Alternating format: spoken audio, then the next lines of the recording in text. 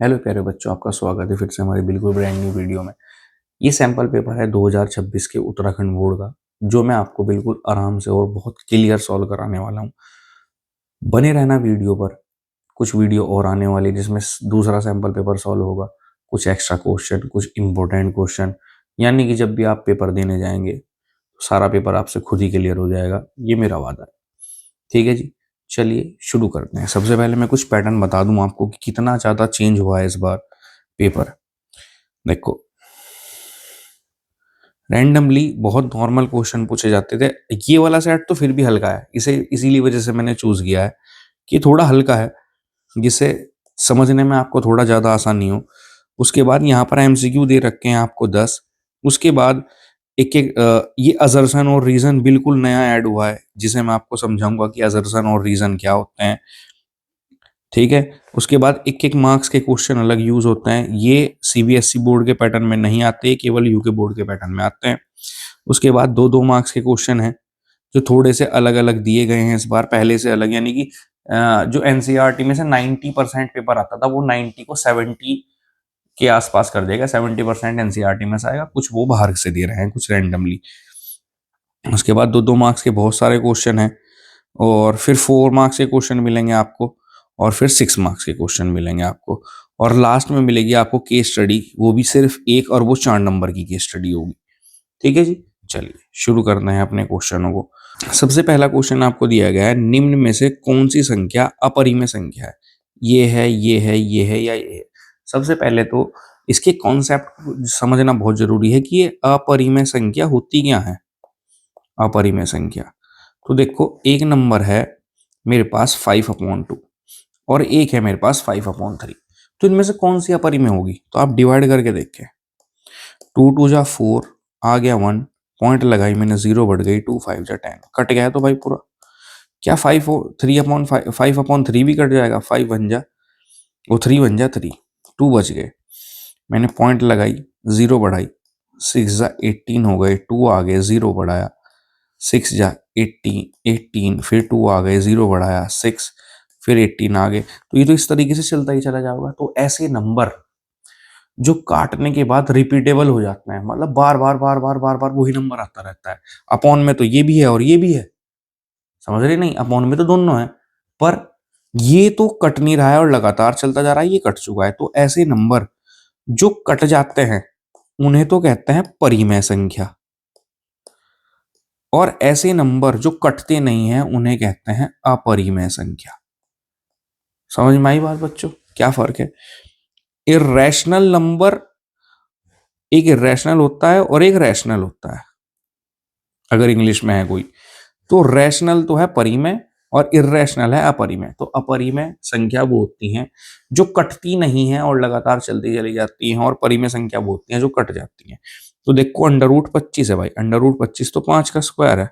Under root से हट जाओगा तो वैल्यू कितनी आ गई? 5। तो 5 तो सिंपल एक नंबर है, तो परिमेय संख्या है।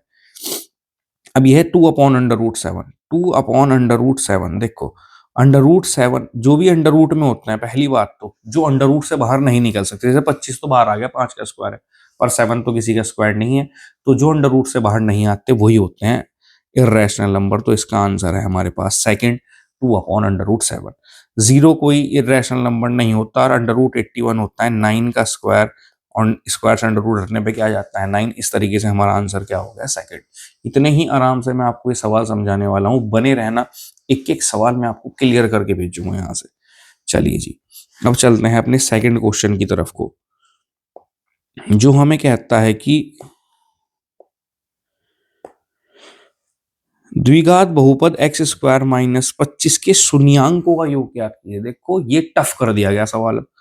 वैसे तो वो कह सकता था कि भाई हम नॉर्मल पूछ सकता था वो सवाल को आपको, और उसने नॉर्मल नहीं पूछा, उसने योग पूछा। देखो, इसके 2 तरीके हैं सवाल को करने के। पहली बात तो इस सवाल को करने के हमारे पास 2-3 तरीके हैं। देखो, एक तो फॉर्मूला होता है शून्यांकों का योग बराबर होता है -b/a, डायरेक्ट फॉर्मूला। अब मेरे पास है x² - 25, फॉर्म होती है ax² + bx + c।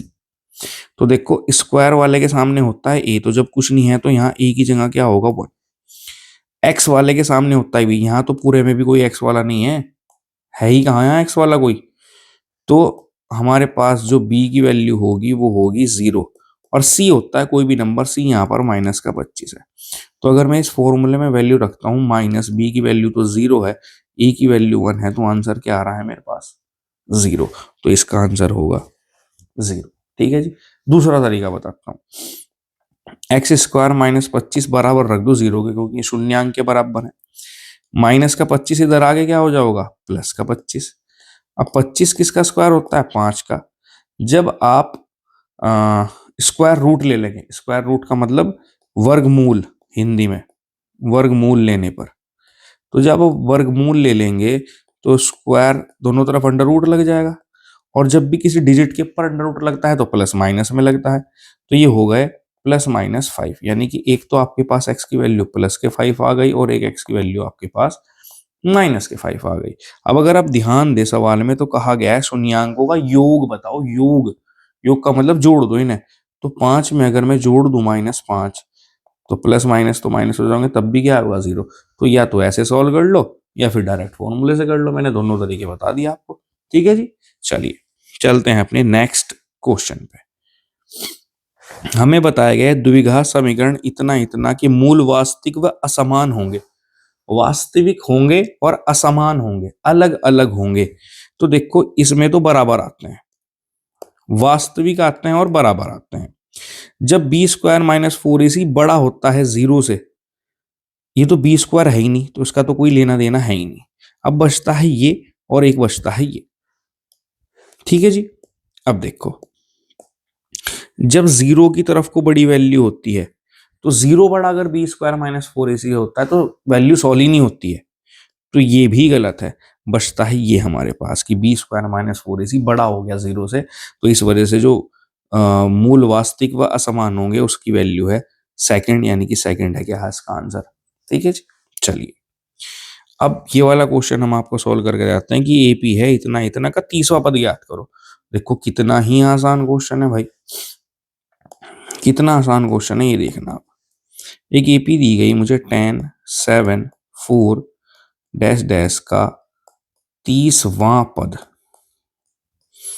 तो A30 मेरे से पूछा गया है, और A30 की वैल्यू क्या होती है, A+29D, एक कम, 30 से एक कम 29। अगर कोई मेरे से 20 पूछता तो मैं लिखता A+19, एक कम। अगर मेरे से कोई 22 पूछता तो मैं लिखता A+21D, एक एक कम कर देते हैं। ठीक है जी। चलिए अब हमें ये वैल्यू लिखनी है, तो भाई मुझे ए चाहिए और मुझे डी चाहिए ना, तो ए तो होता है शुरू का नंबर, तो ए तो हो गया मेरे पास 10, कोई दिक्कत नहीं है भाई मुझे। +29, डी कहाँ से लाऊं, तो डी की वैल्यू होती है A2 - A1। A1 ये है और A2 ये है, तो 7 में से 10 गए तो कितने आ गए, -3। तो यहाँ पर आ गया -3, यहाँ आ गया 10, प्लस माइनस हो गए माइनस, इसकी मल्टीप्लाई करने पर आ गया 87। छोटे में से बड़ा घटा रहे हैं, माइनस का निशान आ गया, 87 में से 10 घटा दो 77, माइनस के 77 इसका आंसर है, ये रहा जी। ठीक है जी। चलिए चलते हैं अपने नेक्स्ट क्वेश्चन पे। निम्न में से कौन सी त्रिभुजों की समरूपता की कसौटी नहीं है। उसने सवाल में कहा गया इनमें से कौन सी त्रिभुज की समरूपता की कसौटी नहीं है, तो ट्रिपल ए से भी समरूप होते हैं ट्राइंगल, ट्रिपल एस से भी समरूप होते हैं ट्राइंगल, ऐसे ही एस से भी समरूप होते हैं ट्राइंगल, पर ए एस ए से समरूप नहीं होते ट्राइंगल, सर्वांग सम होता है। देखो ये उन क्वेश्चनों में से एक है जो ट्रिकी है, मतलब बच्चों को कैसे रोका जाए कि उसके 80 में से 80 ना आए, या कैसे उसे कंफ्यूज किया जाए, तो उनमें से एक क्वेश्चन है, तो इसका आंसर होता है ए एस ए। 6 क्वेश्चन में हमें कहा गया कि देखो एक ट्राइंगल है आपके पास, ठीक है जी, तो आपके पास टोटल 6 सेंटीमीटर है, AC आपके पास 9 सेंटीमीटर है, और AD आपके पास 2 सेंटीमीटर है। AE क्या होगा, AE क्या होगा, चलिए सब चीज हमने बना ली। तो देखो AD दिया गया और AB दिया गया है, यहाँ पर AC दिया गया है, AE पूछा गया है। तो फॉर्मूला क्या है, जब BC पैरेलल DE के है तो फॉर्मूला होता है AD, ये हाफ, और ये फुल दिया गया है तो ये फुल लिखो अपॉन AB। इस तरह ही AE हाफ है और ये पूरा क्या है AC। अब हमें क्या करना है, AD की जगह AD की वैल्यू रख देनी है जो है 2, AB की जगह वैल्यू रख देनी है 6, AE मुझे निकालना है, AC की वैल्यू है मेरे पास 9। 2 1 जा 2, 2 3 जा 6, 3 3 जा 9, क्रॉस में मल्टीप्लाई मार दो, AE की वैल्यू आ जाती है मेरे पास 3 सेंटीमीटर। तो इस तरीके से हमारे पास आंसर क्या होगा, 3 सेंटीमीटर। ठीक है जी। अगला क्वेश्चन, उसने कहा ये जो है बिंदु है जो हमारे पास -5, -3, कौन से क्वाड्रेंट, कौन से चतुर्थांश में होंगे। तो देखो मैं पहले आपको बनाकर दिखाता हूँ। ये x एक्सिस होते हैं और ये y एक्सिस होते हैं। ये तो दोनों होते हैं प्लस के, क्योंकि x भी प्लस का है और y भी प्लस का है। यहाँ पर x माइनस के होते हैं और यहाँ y प्लस के होते हैं। तो दूसरा होता है माइनस कॉमा प्लस। इसमें x भी माइनस का होता है, y भी, तो तीसरा क्वाड्रेंट होता है। ये पहला क्वाड्रेंट है, ये दूसरा है और ये तीसरा है। और यहां पर होता है x प्लस का और y माइनस का, तो ये होता है प्लस माइनस। ठीक है जी, इसे कहते हैं फोर्थ क्वाड्रेंट। तो हमारा पहले वाला तो प्लस का है, दूसरे वाला माइनस का। तो कौन से क्वाड्रेंट में आ रहे हैं, फोर्थ। तो यहां पर इसका आंसर क्या होगा, फोर्थ क्वाड्रेंट होगा। ठीक है जी। अगला क्वेश्चन, r त्रिज्या वाले उस त्रिज्यखंड का क्षेत्रफल क्या होगा जिसका केंद्र कोण P डिग्री है। ऐसे का फॉर्मूला क्या होगा, देखो फॉर्मूला होता है theta upon 360 pi r square theta upon 360 formula होता है। पर यहाँ थीटा की जगह मुझे पी दे दिया गया और इन्होंने कंफ्यूज करने के लिए पी इसे पहले लिख रखा है इस वाले पार्ट को। तो P30 upon 360 multiply pi r square. Formula तो ये होना चाहिए, देखो भी इसमें है क्या कहीं। तो भाई यहाँ भी नहीं है, यहाँ भी नहीं है, यहाँ भी नहीं है, यहाँ भी नहीं है। ठीक है जी, कोई ऐसा जगह नहीं है जिसमें ये हो। तो कहानी खत्म अभी। अब सबसे पहली बात देखो ध्यान रखने की, यहाँ पर आर स्क्वायर है, तो इसमें आर स्क्वायर नहीं है, इसकी कहानी खत्म। इसमें आर स्क्वायर नहीं है, इसकी कहानी खत्म। बचते हैं ये दो ऑप्शन मेरे पास, या तो ये है और या फिर ये है फॉर्मूला। ठीक है जी, यही तो होता है ना त्रिज्यखंड का फॉर्मूला। अब कैसे पता करें क्या है। अब तो देखो हमारे पास तो 360 है, यहाँ 720 है, यहाँ 180 है, तो क्या चक्कर है भाई। तो देखो देखो अगर आप 2 से मल्टीप्लाई करते हैं तो 2 से ही डिवाइड करनी पड़ेगी, क्योंकि इन्होंने चेंज कर रखा है। तो अब मैं क्या करता हूं, इस वाले फॉर्मूले में 2 से मल्टीप्लाई और 2 से डिवाइड करता हूं। 2 से मल्टीप्लाई और 2 से, तो जब मैं 2 से मल्टीप्लाई करता हूं तो ये हो जाता है 2 पाई आर स्क्वायर, और p का p रहता है, और इसकी मल्टीप्लाई करने पर क्या आ जाता है 720। तो ये रहा आंसर आपका, p degree upon 720 2 pi r square. ठीक है जी। ऐसा नहीं हो सकता कि जब मैं डिवाइड करूंगा तो अपॉन का 180 बन जाए। तो ऑप्शन है इसका फोर्थ। चलिए जी, निम्न में से कौन सी घटना की प्रायिकता नहीं हो सकती। ये भी उन क्वेश्चनों में से एक है जो 100% पेपर में पूछा जाता है कि बताओ इनमें से कौन सी प्रायिकता नहीं हो सकती। तो देखो पहले तो मैं बता दूं फॉर्मूला, इनमें से कौन सी प्रोबेबिलिटी नहीं हो सकती। तो इनमें से कौन सी प्रोबेबिलिटी नहीं है। तो प्रायिकता का रूल होता है प्रोबेबिलिटी का कि 0 से तो बड़ी होती है और 1 से छोटी होती है, बस ये रूल है।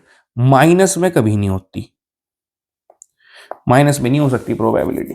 चलो तो सबसे पहले हम 0.5 है, इनमें से कौन सी प्रोबेबिलिटी नहीं हो सकती। तो ये 0.5 है, तो 0 और 1 के बीच में है, तो ये तो है प्रोबेबिलिटी, ये तो है। उसने कहा नहीं हो सकती। अब इसने कहा 2/3, तो 2/3 का मतलब है अगर मैं इसे डिवाइड करूं, पॉइंट लगाऊं, तो 0 बढ़ेगी, 2 6 18। तो 0.6 जो है वो 0 और 1 के बीच में आ रहा है, तो ये भी प्रोबेबिलिटी है, ये भी प्रोबेबिलिटी है। अब बचते हैं 15%। 15% का मतलब 15/100, तो यानी कि 0.15, तो ये भी प्रोबेबिलिटी है। 150% का मतलब होता है 150/100। 2 0 है, 2 के बाद पॉइंट लग जाएगी, 1.50, 1 से ज्यादा बड़ी हो रही है। तो ये है इसका आंसर। 150% प्रोबेबिलिटी नहीं हो सकती। ठीक है बच्चों, क्योंकि ये क्यों नहीं हो सकती, क्योंकि ये 1 से ज्यादा जा रही है, 1 से बड़ी है ये, तो 1 से बड़ी वैल्यू कभी भी प्रोबेबिलिटी नहीं होती। अब आते हैं हम अनय क्वेश्चन पे अपने, जो हमारा लास्ट एमसीक्यू है। चलिए, उसने कहा एक आपको आकृति दी गई है, TPMTQ केंद्र O वाले किसी वृत्त पर 2 स्पर्श रेखाएं हैं। ये जहां पे दे भी रखा है देखो, ये दो स्पर्श रेखाएं हैं। इस प्रकार की POQ 180 डिग्री का है तो PTQ कितना होगा? कितना आसान क्वेश्चन होता है, देखो मैं बताता हूँ। जब भी रेडियस त्रिज्या स्पर्श यानी कि टेंजेंट को टच करती है तो 90 डिग्री का एंगल बनाती है। यहां पर भी रेडियस ने स्पर्श यानी कि टेंजेंट को टच किया तो कितने डिग्री का एंगल बनाया? 90 का। ये हमसे पूछा गया है। कितने हैं? 4 एंगल बनने हैं। देखो यहाँ चार चार साइड हैं तो ये क्या बन गया? एक चतुर्भुज बन गया। चतुर्भुज यानी कि क्वाड्रिलेटरल, जिसके सारे एंगल का सम कितना होता है? 360। तो 110 है मेरे पास, एक 90 है, दूसरा भी 90 है, और मुझे निकालना है एंगल PTQ। ठीक है जी। तो इसमें जोड़ दो, 200 हो गए और 90, 290 हो गए मेरे पास, प्लस एंगल PTQ और बराबर है मेरे पास 360। तो PTQ बराबर हो जाएगा 360 में से माइनस कर दो 290, तो घट के आ जाता है 70 डिग्री। तो हमारा जो आंसर आता है वो आता है 70 डिग्री। ठीक है जी। इस तरीके से मैंने आपको आपके MCQ बिल्कुल क्लियर सॉल्व करा दिए हैं। चलिए चलते हैं अपने नेक्स्ट क्वेश्चंस पर। नेक्स्ट क्वेश्चन है हमारे असर्शन और रीजन। देखो मैं बता दूं, ये नई तरह के क्वेश्चन है। इसमें एक कथन कहा जाता है और एक कारण कहा जाता है। हमें दोनों को पढ़कर ये बताना है कि क्या दोनों सही है। बी ऑप्शन होता है कि ए सही है पर आर जो है उसकी सही व्याख्या नहीं करता। तीसरा ऑप्शन होता है ए सही है आर गलत है। चौथा ऑप्शन होता है ए गलत है और आर सही है। चलो अब मैं पढ़ के दिखाता हूँ। ए हमें कहा गया है कि एक परिमेय संख्या और अपरिमेय संख्या का योग सदैव अपरिमेय होता है। बिल्कुल सही, मैंने एग्जाम्पल दिया। 3 में अगर आप अंडर रूट 3 जोड़ते हैं तो अपरिमेय संख्या बन जाती है। और उसने कथन क्या कहा? 7 प्लस अंडर रूट 3 एक अपरिमेय संख्या है। तो बिल्कुल ही बात सही कह रखा है, यानी कि ए भी सही है और आर भी सही है। तो इसका ऑप्शन क्या होगा? ए होगा।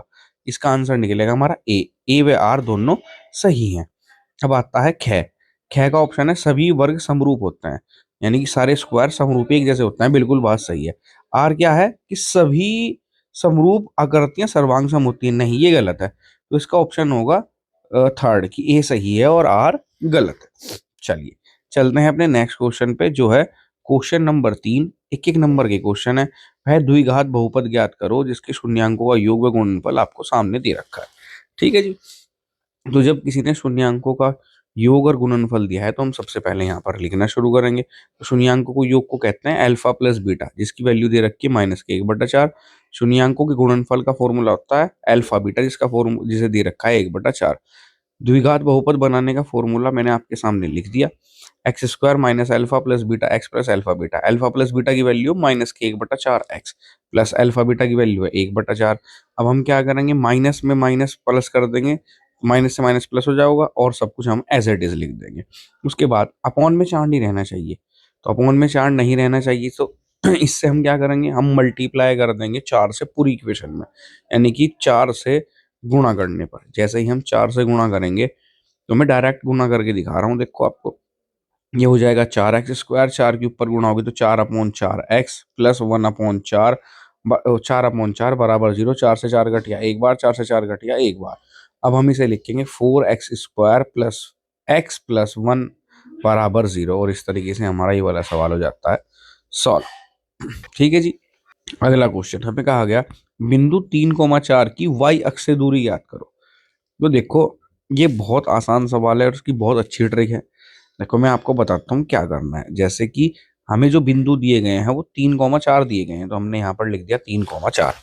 अब देखो जब भी y अक्ष से दूरी पूछी जाए आपसे, तो आपको क्या करना है? इन्हें दोनों निर्देशांक को देखना है।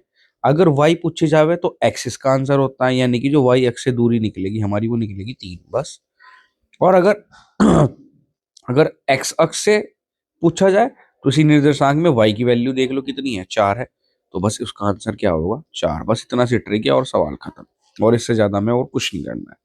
ठीक है बच्चों, चलिए खत्म हो गया। चलते हैं नेक्स्ट क्वेश्चन। हमारा नेक्स्ट क्वेश्चन है व्रत को दो बिंदुओं पर प्रतिच्छेद करने वाली रेखा को क्या कहते हैं?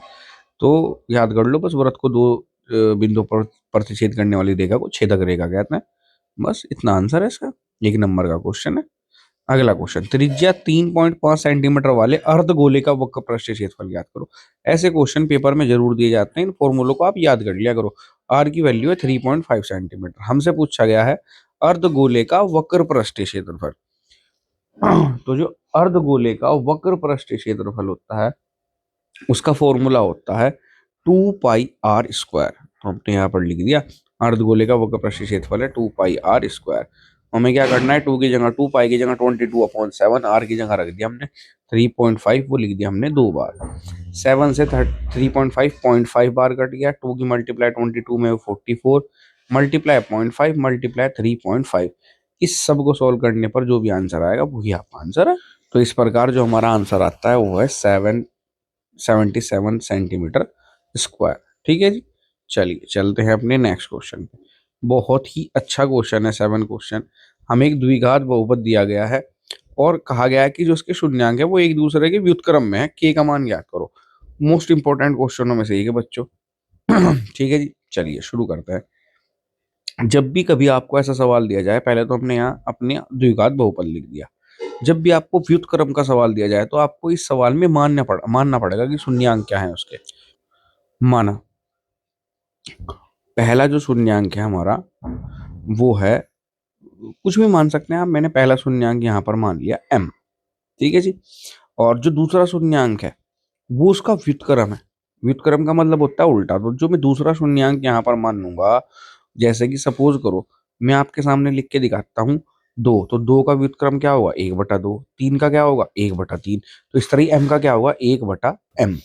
अब देखो, जब भी सवाल में व्युत्क्रम का फॉर्मूला दिया गया हो कि व्युत्क्रम है एक दूसरे के, तो फिर फॉर्मूला लगता है शून्यांकों का गुणनफल, जो बराबर होता है c/a के। ठीक है जी। और गुणनफल का फॉर्मूला यानी कि दोनों की मल्टीप्लाई कर देंगे। c की जगह कौन है, देखो ये तो 7 तो a की जगह है, 50 b की जगह है, और c यहाँ पे कौन है k। तो हम क्या कर देते हैं जहाँ सी है वहां पे के लिख देते हैं और ए की जगह 7 लिख देते हैं। एम से एम कैंसिल हो गया, क्रॉस में कर दो मल्टीप्लाई, तो के बराबर आ जाता है 7। इतना सा आंसर है। और पेपर के लिए बहुत ज्यादा इंपॉर्टेंट क्वेश्चन है, याद रखना बच्चों, बहुत ज्यादा इंपॉर्टेंट क्वेश्चनों में से एक है। चलिए चलते हैं अपने नेक्स्ट क्वेश्चन की तरफ। नेक्स्ट क्वेश्चन में कहा गया कि दो रेल पटरियों की समीकरण x+2y-4 बराबर 0, 2x+4y-12 = 0 द्वारा निरूपित की गई। क्या रेल की पटरियां एक दूसरे को काटेंगी। तो एक पहली बात तो ये रैखिक समीकरण है। तो रैखिक समीकरण वाला फॉर्मूला होता है a1 की जगह 1 है, b1 की जगह 2 है, c1 की जगह -4 है। इस तरह की जो दूसरी इक्वेशन दे रखी है वो भी हमें यहाँ लिख लेनी है। उसके बाद a2 की वैल्यू यहाँ पर हमारी 2 आ रही है, और b2 की वैल्यू 4 और c2 की वैल्यू -12। अपॉन में रख के देखो, अपॉन में रखने के बाद अगर जो भी हमारी वैल्यू आती है बस वो इसका आंसर होगी। तो हमने यहाँ पर सबको अपॉन में रख के देख लिया। तो भाई 1/2 तो 1/2 रहेगा, 2 से कट जाओगा 1, 2 से कट जाओगा, 2 1 जा 2, 2 2 जा 4, 1/2 आ गया। ये कट गया, 4 1 जा 4 और 4 3 जा 12 कट गया यहाँ पर। तो इस तरीके से a1/a2 तो बराबर है b1/b2 के, पर c1/c2 बराबर नहीं है एक दूसरे के। तो ये कौन सी रेखाएं होती हैं, ये रेखाएं होती हैं समांतर रेखाएं। तो समांतर रेखाएं तो एक दूसरे को काटती ही नहीं है। तो उसने कहा था क्या रेल की पटरियां एक दूसरे को काटेंगी। तो समांतर तो ऐसी लाइनें होती है जो एक दूसरे के आमने सामने जा रही हूँ, कटती नहीं है। अतः रेल की पटरियां एक दूसरे को नहीं काटेंगी। नेक्स्ट क्वेश्चन, बहुत इंपॉर्टेंट क्वेश्चन। हमें एक द्विघात समीकरण दी गई है, उसका विविक्तिकार ज्ञात करना। ये वो क्वेश्चन है जो पेपर में आता ही आता है। हमें इक्वेशन दे रखी है ये, ठीक है जी। तो ए की वैल्यू है हमारे पास 2, बी की वैल्यू है मेरे पास 4 और सी की वैल्यू है मेरे पास 3। विविक्तिकार का फॉर्मूला होता है b² - 4ac। बी की जगह मैंने माइनस का 4 रख दिया, 4 ए की जगह रख दिया मैंने 2, सी की जगह रख दिया मैंने 3। 4 का स्क्वायर होता है 16, 4 दूनी 8 गुना 3, 16 -24 हो गए, 16 में से 24 गए तो माइनस का 8 आ गया। माइनस के 8 का मतलब क्या है कि जो b² - 4ac है उसमें 0 बड़ा हो गया। भाई -8 का मतलब होता है 0 बड़ा है उससे। तो अगर 0 बड़ा आ जाता है उससे तो समीकरण का कोई भी हल नहीं होता अतः इसका कोई हल नहीं है। बस इतना निकालना है, और ये पेपर में आने वाले क्वेश्चनों में से एक है बच्चों। बिल्कुल मैंने टिक भी लगाया था पिछली वाली वीडियो में कि ये क्वेश्चन जरूर आता है। ठीक है जी। चलिए नेक्स्ट क्वेश्चन पे चलते हैं। हमें साइन ए की वैल्यू 3/4 दे रखी है। हमें क्या करना है, कॉस व टेन की वैल्यू निकालनी है। तो भाई कैसे निकालते हैं इसे, हमें सबसे पहले एक ट्रायंगल बनाना पड़ेगा। तो सबसे पहले हम एक ट्रायंगल बनाएंगे और वहां पर वैल्यू रख देंगे। साइन की वैल्यू होती है लंब बटा कर्ण। तो हमने यहाँ पर पहले तो ट्रायंगल बना दिया, उसका नाम रख दिया। 3 यहाँ पे लंब है, 4 यहाँ पे कर्ण है। अब हमें क्या करना पड़ेगा, यहाँ पर पाइथागोरस थ्योरम लगानी पड़ेगी। तो त्रिभुज एबीसी में पाइथागोरस प्रमेय से, पाइथागोरस प्रमेय क्या कहती है हमें, कि जो कर्ण का स्क्वायर होता है वो बराबर होता है लंब के स्क्वायर के प्लस आधार के स्क्वायर के। यही होती है भाई हमारी पाइथागोरस प्रमेय। कर्ण हमारे पास क्या है, कर्ण को इंग्लिश में कहते हैं हाइपोटेनस, लंब को कहते हैं परपेंडिकुलर, आधार को कहते हैं बेस। कर्ण हमारे पास 4 है, परपेंडिकुलर हमारे पास 3 है, बेस हमारे पास ए बी है। 4 का स्क्वायर हो गया 16, 3 का स्क्वायर हो गया 9, ए बी स्क्वायर। 16 में से 9 घटा दो भाई, कितने बच जाएंगे यहाँ पर 16 में से 9 घटाने पर 7 बच गए। अब 7 का क्या करेंगे, तो हमें वर्गमूल ले लेना है। दोनों तरफ जब हम वर्गमूल लेंगे तो अंडर रूट लग जाएगा। अंडर रूट लगाने के बाद स्क्वायर से तो अंडर रूट हट जाएगा, पर 7 के ऊपर से नहीं हटेगा। तो इस तरह ए बी की वैल्यू अंडर रूट 7 आ गई। हमें वैल्यू निकालनी थी कॉस ए और टेन ए की। कॉस ए की वैल्यू होती है आधार बटा कर्ण, तो आधार कितना निकला है अंडर रूट 7, कर्ण क्या था हमारे पास 4 बस। अब निकालनी है टेन ए की वैल्यू, टेन ए की वैल्यू होती है लंब बटा आधार। लंब कितना था मेरे पास 3 और आधार कितना निकला है अंडर रूट 7। इस तरीके से क्वेश्चन हो जाता है सॉल्व। ठीक है जी। चलते हैं नेक्स्ट क्वेश्चन की तरफ को। बहुत ही ज्यादा इंपॉर्टेंट क्वेश्चनों में से एक है ये भी। एक घड़ी की मिनट की सुई की लंबाई 14 सेंटीमीटर है। इस सुई द्वारा 20 मिनट में रचित क्षेत्रफल ज्ञात करो। तो आर बराबर तो 14 सेंटीमीटर दिया गया मुझे। थीटा में अब देखो कैसे निकालता हूं। सपोज करो 12:20 हो रही है, 20 मिनट में रचित क्षेत्रफल कहा गया उसने। तो थीटा बराबर क्या होगा, देखो मैं बताता हूँ आपको थीटा क्या होगा। तो थीटा 1 मिनट में एक सुई 6 डिग्री का एंगल बनाती है, मैंने लिख दिया।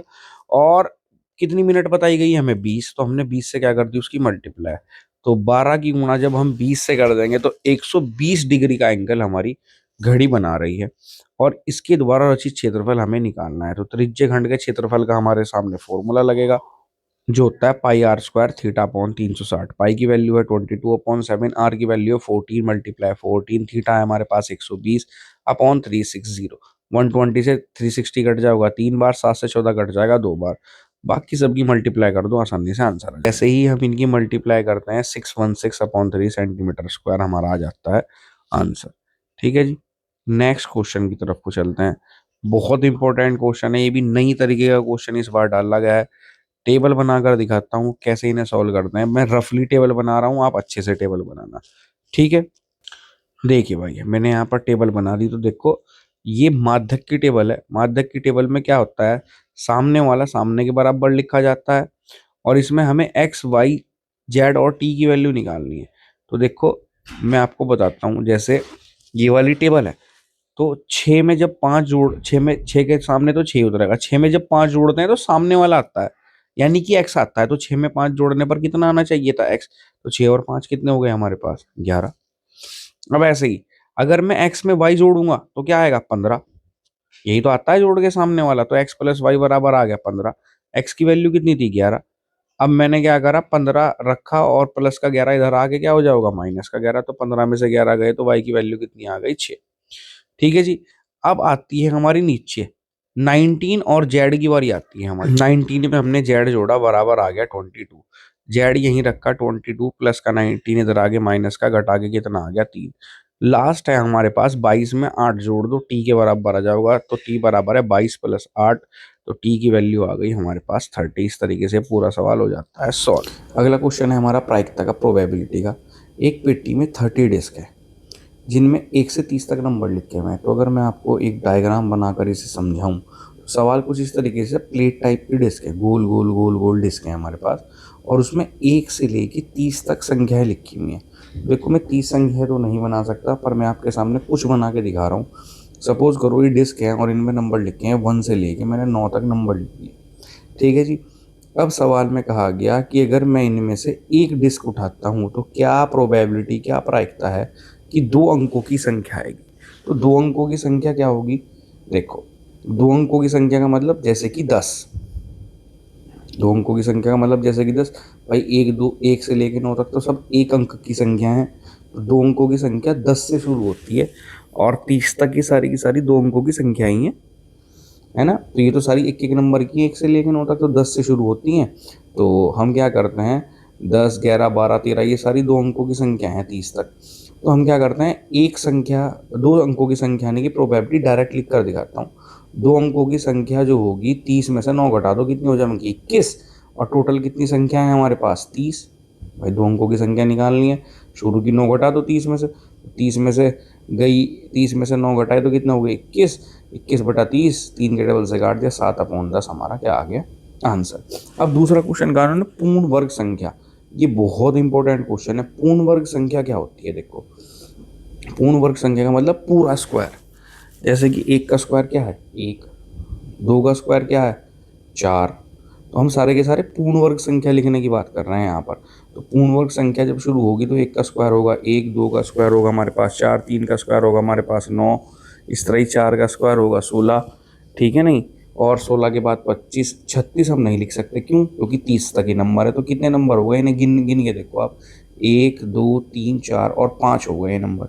और टोटल कितने हैं 30। 30 डिस्क हैं, 5 1 जा 5, 5 6 जा 30, 1/6 हमारा क्या आ गया आंसर, ठीक है जी। नेक्स्ट क्वेश्चन अथवा में जो दे रखा है, भाई देखो बहुत इंपॉर्टेंट क्वेश्चन है ये सिक्कों वाला क्वेश्चन सीबीएसई में भी आया है और यूके बोर्ड में भी आया है। उसने कहा आपने सिक्कों को ना 2 बार उछाला है, हर परी 2 भिन्न भिन्न सिक्कों को एक साथ उछाल देती है, ठीक है जी। और कम से कम एक चित यानी कि हेड आने की प्रोबेबिलिटी बताओ। तो दो सिक्के उछालने के परिणाम ये होते हैं, या तो हेड हेड आएगा, या फिर हेड या टेल आएगा, या टेल या हेड आएगा, या फिर टेल और टेल आएगा। तो जब भी कम से कम एक चित, कम से कम एक चित का मतलब है हेड आने की बात कर रहा है वो तुमसे। कम से कम का मतलब कम से कम तो एक हेड हो, ज़्यादा से ज़्यादा कितने भी हो। कम से कम का मतलब कम से कम एक हेड होना चाहिए, उसके बाद चाहे 2 हो, चाहे 3 हो, चाहे 4 हो, पर हेड होने चाहिए। तो कम से कम का मतलब होता है ज़्यादा से ज़्यादा, जितने भी हों हेड गिन लो। तो देखो अगर आप ध्यान से देखो, हेड 1 2 जगह आया हुआ है और 3 जगह हेड आया हुआ है, इसमें हेड नहीं आया हुआ टेल टेल में, तो इसे नहीं गिनेंगे बस, और सबको हम गिन लेंगे। तो इससे प्रोबेबिलिटी होगी 3, टोटल के रिजल्ट कितने हैं 4, तो क्या हो गया 3/4, ठीक है जी। चलिए चलते हैं हमारे नेक्स्ट क्वेश्चन। दोनों ही क्वेश्चन मैं आपको सॉल्व करके दिखा रहा हूँ। उसने कहा कि सिद्ध कीजिए कि 6 + √3 एक अपरिमेय संख्या है। बहुत इंपॉर्टेंट क्वेश्चन है, और इसके नीचे जो क्वेश्चन दिया गया है ये भी बहुत इंपॉर्टेंट क्वेश्चन है। तो सवाल में कहा गया 6 + √3 एक अपरिमेय संख्या है, सिद्ध करो। तो सबसे पहले हम इसका उल्टा मानते हैं। हम मानते हैं माना 6 + √3 एक परिमेय संख्या है। अब परिमेय संख्या क्या होती है? परिमेय संख्या वो होती है जो a/b की फॉर्म में लिखी जाती है, यानी कि अपॉन की फॉर्म में लिखी जाती है। तो हमने यहाँ पर लिख दिया भाई अपॉन की फॉर्म में। अब प्लस का छेद आगे क्या हो जाएगा माइनस का, है ना। तो हम क्या कर देते हैं, प्लस का छेद भेज देते हैं, क्या कर देते हैं माइनस का। अंडर रूट वाले एक तरफ छोड़ने होते हैं और सारे नंबर एक तरफ लेके जाने होते हैं। अब मैंने एलसीएम ले लिया, बी की मल्टीप्लाई 1 में बी, क्रॉस में मल्टीप्लाई कर दी, तो मैंने क्या होगा a-6b। अब देखो अंडर रूट का नंबर क्या होता है अपरिमेय, ठीक है। वैसे तो इसमें सवाल में दे नहीं रखा, पर वो देगा कि अंडर रूट 3 एक अपरिमेय संख्या है। और अपॉन में कोई भी चीज़ जो रखी हुई होती है वो होती है परिमेय संख्या। तो ये a-6/b हो गई हमारी परिमेय संख्या, जो आपस में बराबर नहीं होती, ठीक है जी। अतः जो हमने माना था उसका हमें विरोधाभास प्राप्त होता है, तो इसलिए ये 6 + √3 एक अपरिमेय संख्या है। इस तरीके से ये वाला सवाल हो जाता है हमारा सॉल्व। अगला क्वेश्चन इसमें अथवा में है, देखो चाहूँ तो मैं ना कराऊँ, पर ये पेपर में क्वेश्चन आएगा तो इसलिए मैं करा रहा हूँ। सबसे पहले इस सवाल को समझने के लिए हमें कंपोजिट नंबर या फिर भाज्य संख्याओं को समझना पड़ेगा कि ये क्या है, ठीक है। तो कोई भी ऐसा नंबर जो कम से कम 2 बार किसी के टेबल में आता है, यानी कि 2 बार किसी का फैक्टर होता है, उसे हम भाज्य या कंपोजिट नंबर कहते हैं। फॉर एग्जाम्पल, जैसे कि समझो मैं 4 ले लेता हूँ, तो जो 4 है वो 2 के टेबल में भी आता है और वो 4 के टेबल में भी आता है, तो 2 बार कट रहा है। 6 जो है वो 2 के टेबल में भी आता है, वो 3 के टेबल में भी आता है, वो 6 के टेबल में भी आता है। 8 जो है वो 2 के टेबल में भी आता है, 4 के टेबल में भी आता है, 8 के टेबल में भी आता है। तो ऐसे नंबर जो एक से ज़्यादा बार किसी के टेबल में आते हैं उन्हें हम कंपोजिट नंबर। अब आते हैं हम सवाल की तरफ। हमारा सवाल लिखा हुआ है, मैंने 13 के बाद मल्टीप्लाई में अपने आप 1 लगा दिया। हमें दिख रहा है 13 हम बाहर कॉमन दे सकते हैं, हमने कॉमन ले लिया। 13 को छोड़ के जो बाकी नंबर थे वो हमने यहाँ लिख दिए। 13 7 की मल्टीप्लाई 11 में 77 + 1 31, 13 × 78 आ गया। तो 2 अलग अलग नंबर आ गए नहीं, दोनों किसी ना किसी के टेबल में आएंगे। अतः हम लिख सकते हैं कि जो भी हमारा सवाल था वो लिखने के बाद कि 2 या 2 से ज़्यादा भाजक हैं, यानी कि 2 या 2 से ज़्यादा बार कट सकता है ये। तो 2 या 2 से ज़्यादा भाजक होने की वजह से ये जो नंबर है वो क्या है, एक भाज्य या फिर एक कंपोजिट नंबर है, ठीक है जी। इस तरह ही जो हमारा नेक्स्ट क्वेश्चन है वो हमने यहाँ पर उतार दिया। अब इस सवाल में अगर आप ध्यान से देखें तो 5 जो है वो 2 बार आ रहा है, मैंने अपने आप मल्टीप्लाई लगा दी, 5 को मैंने दोनों तरफ से ले लिया बाहर कॉमन। ठीक है, मैंने बता भी दिया कि 5 यहाँ पर कॉमन आ रहा है। कॉमन लेने पर 5 को छोड़ के जो भी सारी चीज़ें हैं सब लिख दो 5 को छोड़ के। ठीक है जी, आप इन सब की मल्टीप्लाई करेंगे तो 1008 आएगा, बचा हुआ 1 आएगा, 5 की मल्टीप्लाई 1009 आ जाएगा। अब ये दोनों नंबर अलग अलग टेबल से कटते हैं तो बस सिंपल बात क्या है, दोनों अलग अलग टेबल से कटते हैं, तो ये भी क्या है, एक भाज्य संख्या या फिर कंपोजिट नंबर है। इस तरीके से हमारा ये सवाल भी हो जाता है सॉल्व। उसके बाद आता है ट्रिग्नोमेट्री का क्वेश्चन। ठीक है जी, और ये इसका बहुत ही बेहतरीन क्वेश्चन है भाई साहब, बहुत ज़्यादा बेहतरीन क्वेश्चन। हमें प्रूव करना है कि tan a minus sine A upon tan a plus sine a equal होता है sec a minus sec a plus 1। तो देखो मैं इसे बहुत सिंपल तरीके से आपको सवाल को करा कर दिखाता हूँ। सबसे पहले हम इसकी LHS को लिख लेते हैं। ठीक है जी, जो है tan a minus sine A upon tan a plus sine A. तो हम इस सवाल में क्या कर सकते हैं, देखो अगर मैं सॉल्व करना चाहूँ तो मैं tan को सॉल्व कर सकता हूँ, क्योंकि tan का जो फॉर्मूला होता है tan a बराबर होता है हमारे पास sign A upon cos A. तो tan को लिख दिया मैंने sign A upon cos A, लिख सकते हैं भाई। चलो तो जहाँ जहाँ tan है वहाँ पर हमने लिख दिया sign A upon cos A, और जो साइन ए था वो एज इट इज़ रखा, जो अपॉन का साइन ए था वो भी एज इट इज़ रखा। tan की जगह लिख दिया sign A upon cos A, और साइन ए को लिख दिया मैंने साइन ए अपॉन 1, क्योंकि अपॉन में 1 है। अब मैं क्या देखता हूँ, दोनों तरफ साइन ए है तो मैंने बाहर साइन ए को कॉमन ले लिया। जब मैं साइन ए को कॉमन लेता हूँ तो ऊपर तो बच जाता है 1 अपॉन कॉस ए। जब मैं साइन ए पूरा बाहर ले लेता हूँ तो बच जाता है खाली 1, खाली 1 बचेगा ना। ये साइन तो मैंने बाहर ले लिया तो यहाँ तो 1 आ जाएगा, और इस वाले साइन की जगह क्या बच जाएगा 1, तो मैंने यहाँ पर लगा दिया आपके पास 1। अब साइन ए इसी तरह नीचे से कॉमन ले लिया तो ये बचता है 1 अपॉन कॉस ए और प्लस 1। ठीक है जी, साइन ए बाहर चला गया तो मैं क्या करता हूँ, साइन से साइन को कैंसिल कर देता हूँ। 1 अपॉन कॉस किसे कहते हैं, सेक को, माइनस 1 अपॉन में भी 1 अपॉन कॉस क्या हो जाएगा, सेक प्लस 1। बस यही निकालना था मुझे। इस तरीके से हमारा 4 मार्क्स का क्वेश्चन हो जाता है सॉल्व। चलिए चलते हैं इसी के सेकंड पार्ट पे, जो बहुत ही बेहतरीन क्वेश्चन है, इसलिए करा रहा हूँ क्योंकि किताब में भी नहीं है तो सॉल्व करके दिखा रहा हूँ। हमने सबसे पहले अपने सवाल को यहाँ पर उतार दिया, जो है 1 plus cos a upon 1 minus cos a equal करना है मुझे cosec a plus cot a के, ये मुझे बराबर करना है। ठीक है जी, हम सबसे पहले इसकी LHS को उतार लेते हैं। हमने अपनी LHS उतार दी। अब मैं क्या कर सकता हूँ, देखो अपॉन में 1 माइनस कॉस है, तो जब भी कोई चीज़ अपॉन में होती है इसे रैशनलाइज करने के लिए मैं 1 प्लस कॉस ए से गुणा में भाग कर दूंगा ऊपर नीचे। तो जो माइनस का है उसकी जगह प्लस से मल्टीप्लाई होती है, अगर प्लस का है तो उसकी जगह माइनस से मल्टीप्लाई कर देंगे। तो हमने ऐसा ही किया, 1 प्लस कॉस ए से गुणा में भाग करने पर। तो हमने अपने सवाल को लिखा, और सवाल को लिखने के बाद हमने इसकी मल्टीप्लाई करके दिखाई कि हम 1 प्लस कॉस ए से ऊपर नीचे गुणा में भाग कर रहे हैं। ठीक है जी, 1 प्लस कॉस ए क्या हो गया, 1 प्लस कॉस ए का होल स्क्वायर बन गया। ठीक है जी, और नीचे बन गया है ए माइनस बी और ए प्लस बी का फॉर्मूला, जो बराबर होता है ए स्क्वायर माइनस बी स्क्वायर। तो नीचे वाले को तो मैंने यही फॉर्मूला लिख दिया, और ऊपर वाला क्या होगा मेरे पास, 1 प्लस कॉस ए का होल स्क्वायर। ठीक है जी, स्क्वायर से अंडर रूट भागेंगे, और हम पहले थोड़ा सा सॉल्व करते हैं। भाई ऊपर वाले को तो मैंने एज इट इज लिख दिया कि 1 प्लस कॉस ए का होल स्क्वायर हमारे पास है, और नीचे वाला 1 माइनस कॉस स्क्वायर ए हो गया। अब मैं आपको एक फॉर्मूला हल्का सा याद दिला दूं कि जो 1 माइनस कॉस स्क्वायर ए है वो बराबर होता है साइन स्क्वायर ए के। तो नीचे जो था उसकी जगह मैंने लिख दिया 1 माइनस कॉस स्क्वायर ए की जगह लिख दूंगा मैं आपके लिए साइन स्क्वायर है। तो 1 प्लस कॉस ए तो सेम रहा, और नीचे लिख दिया मैंने साइन स्क्वायर ए। अब भाई स्क्वायर अपने अंडर रूट को कैंसिल कर देते हैं, तो हर स्क्वायर अपने अंडर रूट को कैंसिल कर देंगे, लेकिन दोनों के ऊपर से अंडर रूट भाग जाएगा। कुल मिला के बात यह है, और इनके ऊपर से स्क्वायर हट जाएगा। तो ये हो जाएगा 1 plus cos a upon sine ए, जिसे मैं अलग अलग लिख देता हूँ दोनों के नीचे। 1 के अपॉन में साइन अलग और कॉस के अपॉन में साइन अलग। 1 के अपॉन में साइन होता है कोसेक, तो ये तो आ गया आपके पास कोसेक ए, और कॉस के अपॉन में साइन क्या होता है, कॉट है। यही हमें सॉल्व करना था। इस तरीके से हमारा सवाल हो जाता है सॉल्व। अब आते हैं हम अपने नेक्स्ट क्वेश्चन पे, जो है ट्राइंगल चैप्टर का, और बहुत ही बेहतरीन क्वेश्चन है।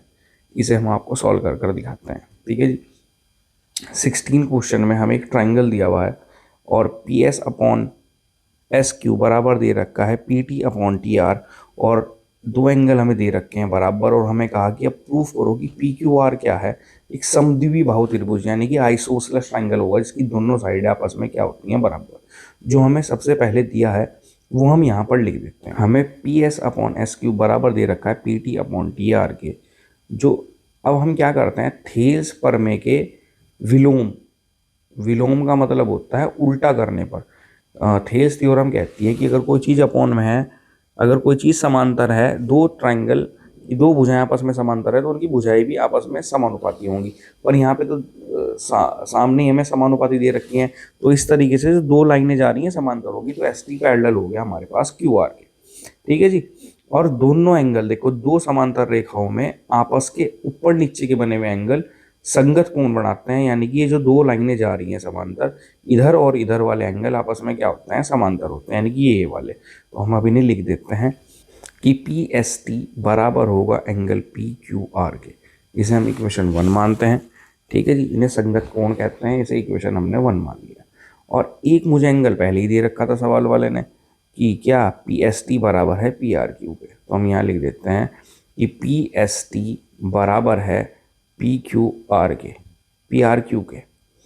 अब देखो दोनों पी एस टी आपस में बराबर हो रहे हैं, तो जब समीकरण 1 व 2 से रखेंगे, अगर एक साइड दोनों की बराबर है तो दूसरी भी आपस में क्या होनी चाहिए, बराबर। तो इस तरीके से पी क्यू आर बराबर हो जाएगा पी आर क्यू के। ठीक है जी।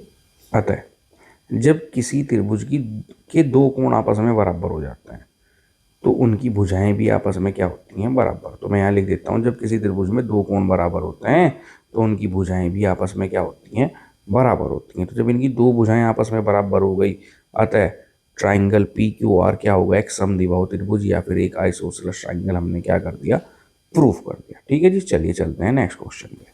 17 क्वेश्चन उन क्वेश्चनों में से एक है जिसमें मैंने आपको पिछली वीडियो में टिक भी लगा कर दिया था कि भाई ये बहुत इंपॉर्टेंट क्वेश्चन है। ठीक है जी, तो चलिए हम इसे सॉल्व करते हैं। चलो भाई, हमने एक समांतर चतुर्भुज बना दिया और इसके पॉइंट्स लिख दिए, और इन दोनों के हमने विकर्ण यानी कि डायगोनल आपस में बराबर कर दिए। तो देखो मैं आपको बुक पर लेकर जाता हूँ, बुक में भी ये सवाल है और मैं वहाँ पर आपको देखो इसे सॉल्व करके दिखाता हूँ कैसे। जैसे ये वाला एग्जाम्पल मैंने आपके लिए इंपॉर्टेंट लगाया था, सेम सवाल है बिल्कुल। मैंने लिख दिया कि समांतर चतुर्भुज के विकर्ण परस्पर एक दूसरे को समद्विभाजित करते हैं, अतः ये जो AC के मध्य बिंदु हैं के निर्देशांक है वो बराबर होगा विकर्ण BD के मध्य बिंदु के निर्देशांक के। सेम ही क्वेश्चन है ये वाला भी और ये वाला भी, बस ये अलग है और ये हल्का सा अलग है। ठीक है जी। तो AC के मध्य बिंदु का फॉर्मूला होता है x1 प्लस x2 अपॉन 2, और y का फॉर्मूला होता है y1 प्लस y2 अपॉन 2। दोनों तरफ हम यही फॉर्मूला लगाएंगे, एक AC के लिए यूज होगा और एक BD के लिए यूज होगा। ठीक है जी। अब वैल्यू रखो, देखो भाई x1 x2 की वैल्यू क्या होगी, अगर मैं AC को कहता हूँ तो x1 की वैल्यू होगी 1 और x2 की वैल्यू होगी हमारे पास x,6 है ना, यानी कि x2 की वैल्यू होगी मेरे पास x, तो हमने यहाँ लिख दिया 1 प्लस एक्स अपॉन 2। y के लिए जाते हैं, y की वैल्यू है 2 और 6 अपॉन 2। अब आते हैं हम BD के लिए, BD में x की वैल्यू है 4 और y की x2 की वैल्यू है मेरे पास 3। ठीक है जी। अब y1 की वैल्यू है मेरे पास y और y2 की वैल्यू है मेरे पास 5 अपॉन 2। अब x वाला होगा x वाले से कंपेयर, तो दोनों x वालों को आपस में मैंने बराबर रख दिया और 2 से हो गया 2 कैंसिल, 1 प्लस एक्स, 4 और 3 हो गए 7, प्लस का 1 इधर आ गया माइनस का, तो x की वैल्यू मेरे पास हो जाती है 6। ठीक है जी। अब y वाला होता है y वाले से कंपेयर, तो 2 प्लस 6 अपॉन 2 बराबर है y प्लस 5 अपॉन 2, 2 से 2 हो जाता है कैंसिल, 2 और 6 हो गए 8, y प्लस 5, प्लस का 5 इधर आगे क्या हो गया माइनस का, तो y की वैल्यू हमारे पास आ जाती है 3। और इस तरीके से हमारा सवाल हो जाता है ये वाला सॉल्व। ठीक है, चलिए चलते हैं अगले क्वेश्चन पे। ये क्वेश्चन आप जितना कह लो उससे भी ज़्यादा इंपॉर्टेंट क्वेश्चनों में से एक है, इतना ज़्यादा कि हद से ज़्यादा। तो ये दो व्यक्तियों की संख्या वाला सवाल बहुत ज़्यादा इंपॉर्टेंट सवाल है। हम कोई भी एक सवाल चूज करेंगे तो ये सवाल आप छोड़कर बिल्कुल भी मत जाना। सवाल में कहा गया है कि दो व्यक्तियों की है, दो आदमी पैसे कमाते हैं 9:7 में और खर्च करते हैं 4:3 में। यदि कमाने और खर्चा करने के बाद उनके पास 2-2 हजार रुपए बचे तो बताओ उनके पास शुरू में कितने पैसे थे। तो भाई मैं मानता हूं सबसे पहले, माना माना जो उनकी आय है, आय जो है उसे मैंने x मान लिया, यानी कि जो अनुपात है मैंने वो क्या मान लिया, x। और पहले व्यक्ति की आय इस हिसाब से हो गई 9x, और इसी प्रकार दूसरे व्यक्ति की आय जो आएगी वो आएगी 9:7 आना, तो ये आएगी 7x। ठीक है जी। इसी तरीके से जो वो खर्चा कर रहे हैं उस खर्चे का अनुपात मैंने मान लिया y। तो दूसरे व्यक्ति का जो पहले व्यक्ति का जो खर्चा है वो 4y और दूसरे व्यक्ति का खर्चा जो है वो आ गया 3y। अब सवाल में कहा गया पहला व्यक्ति 9 का खर्चा करता है, 9 कमाता है और 4 का खर्चा करता है, तो 9x माइनस 4y बराबर 2000। दूसरा व्यक्ति 7 कमाता है और 3 का खर्चा करता है, तो 7 माइनस 3y बराबर हो गया 2000। दो इक्वेशन अलग अलग आई। इन्हें सॉल्व करने के लिए मैं विलोपन विधि यानी कि एलिमिनेशन मेथड का यूज करता हूँ।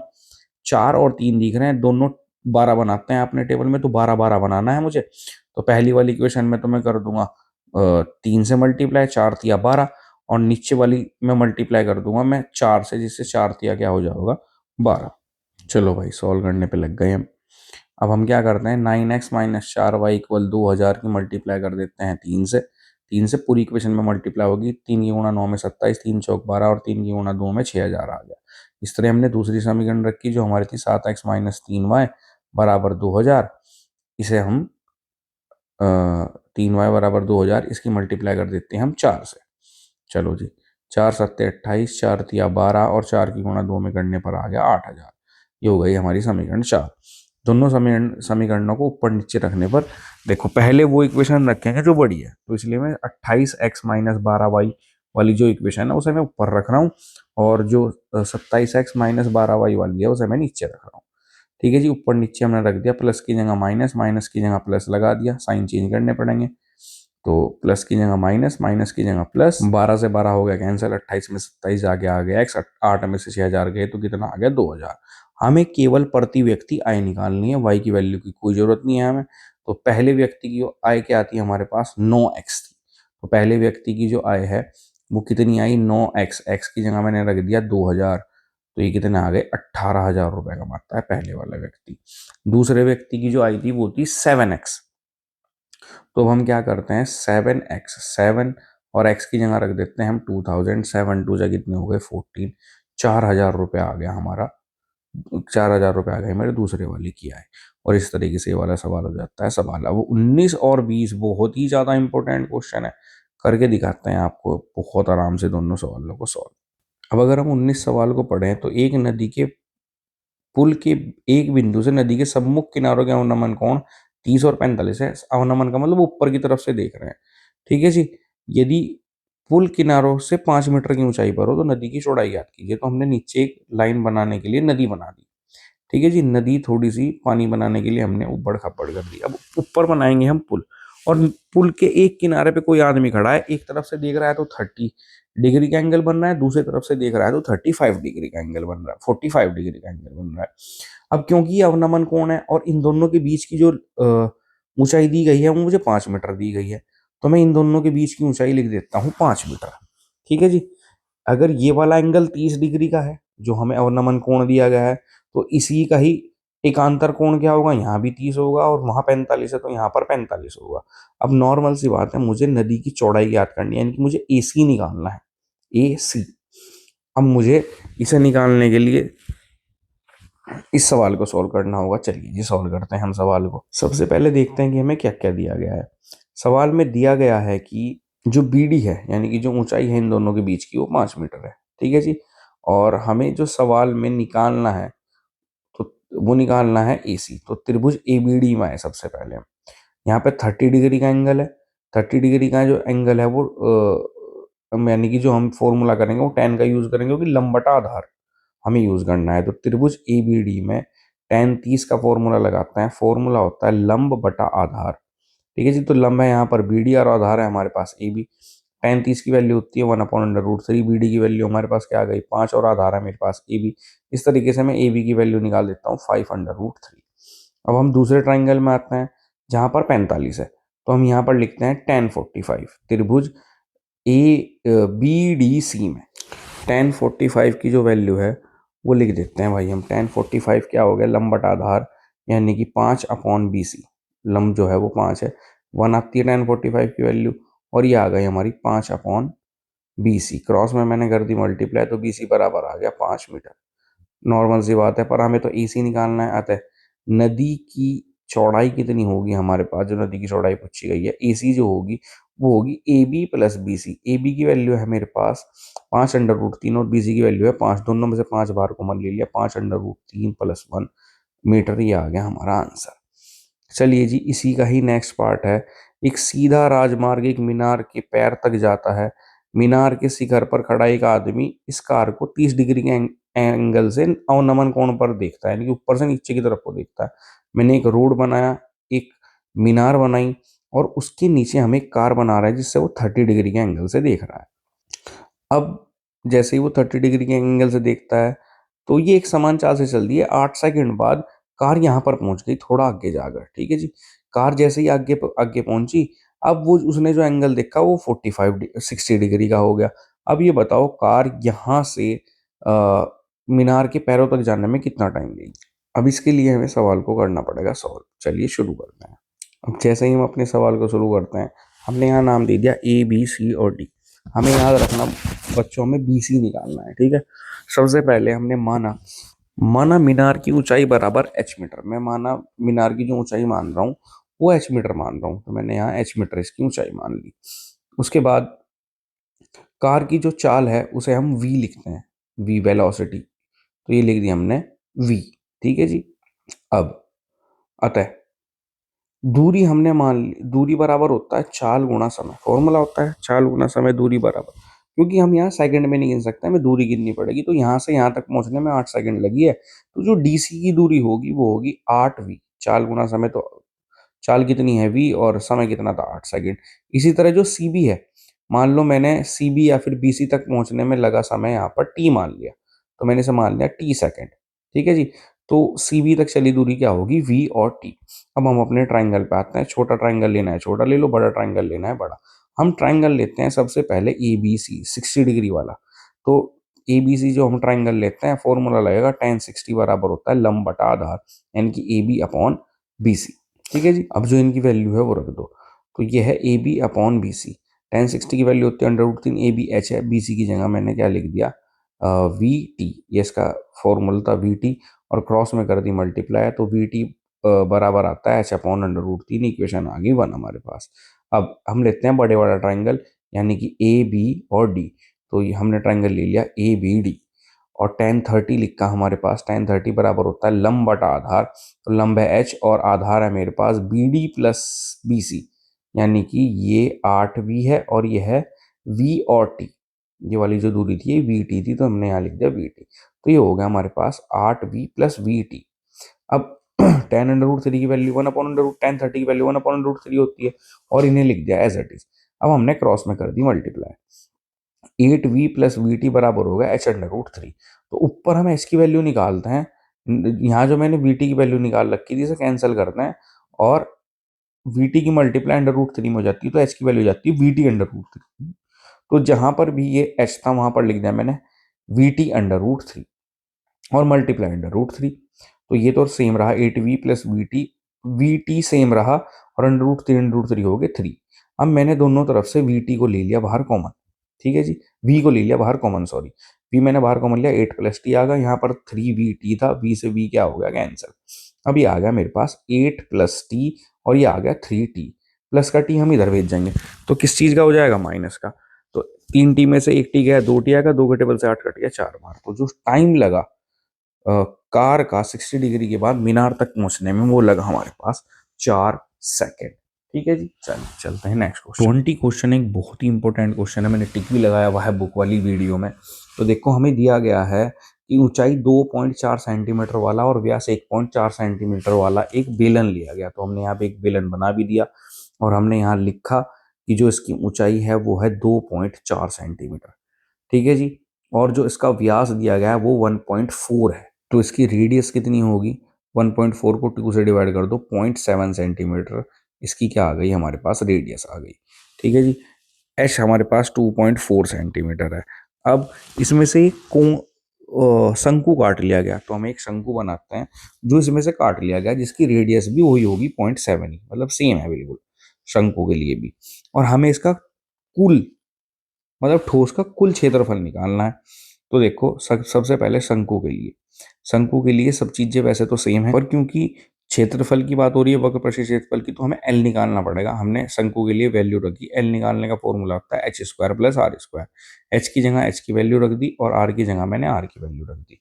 2.4 का स्क्वायर होता है 5.6, 5.76 प्लस 0.7 का 0.49, दोनों को जोड़ने पे 6.25 आ गया। जो 2.5 का स्क्वायर है तो एल की वैल्यू आ गई मेरे पास 2.5।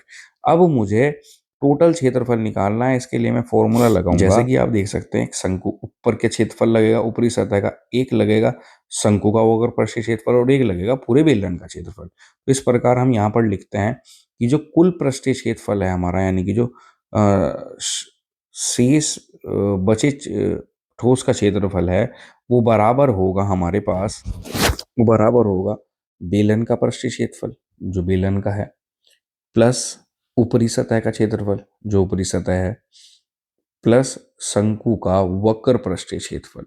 ठीक है जी, शंकु का प्रस्थीय क्षेत्रफल या वक्र प्रस्थीय क्षेत्रफल कह दो। तो बेलन का जो फॉर्मूला होता है वो होता है 2πr(h), ऊपरी सतह का जो फॉर्मूला है वो है πr², और जो शंकु का प्रस्थीय क्षेत्रफल है वो है πrl। पाई आर आ रहा है कॉमन सब में, तो मैंने पाई आर बाहर कॉमन लिया, यहाँ बच गया 2h, यहाँ बच गया r, यहाँ बच गया l। पाई की जगह 22/7, आर की वैल्यू है 0.7, एच की जगह है मेरे पास 2.4, आर की वैल्यू है 0.7, एल की वैल्यू है 2.5। अब मुझे बस इसे सॉल्व करना है।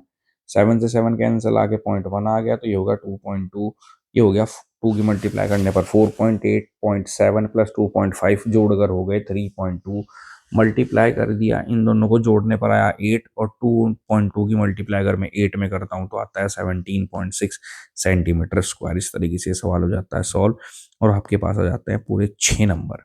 ठीक है जी, नेक्स्ट क्वेश्चन हमें दिया गया है चैप्टर स्टैटिस्टिक्स में से, और हमें मीन दिया गया है और हमें एफ की वैल्यू निकालनी है। मैंने सवाल आपके सामने लिख दिया, चलिए इन्हें सॉल्व करते हैं।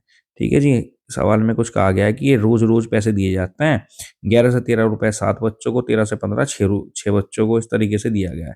तो एक्सआई कैसे निकालाता है, दोनों को जोड़ो और 2 से डिवाइड। तो मैं सबको जोड़ के 2 से डिवाइड करता जा रहा हूँ, 2 नंबर का गैप आ रहा है, तो इस तरीके से हमने एक्सआई बना दिया। अब एफ आई एक्सआई मल्टीप्लाई करने पर निकलता है 7 की गुणा 12 में 84, 6 गुणा 14 में 84, 9 गुणा 16 में 144, 18 की गुणा 13 में 234। इस तरीके से मैंने ये सब बना दी। ठीक है जी, अब हम फॉर्मूला लिखते हैं कि जो माध्य बराबर होता है वो होता है sigma F I x I upon sigma F I. ठीक है, अब मुझे सिग्मा एफ आई एक्स आई निकालना है, यानी कि जोड़ के बताना है कितने आएंगे। यह 752 प्लस 20f, इन सबको जोड़ोगे। अगर आप इन सबको जोड़ते हो तो बस ये 20f मत जोड़ना और सबको जोड़ देना। सेम इसी तरह ही इन सबको जोड़ना है, बस f को छोड़ के। तो यहाँ पर जो सिग्मा एफ आई की वैल्यू आती है मेरे पास, वो आती है 44 प्लस एफ। और अब मैं यहाँ पर इन सब की वैल्यू रख देता हूँ।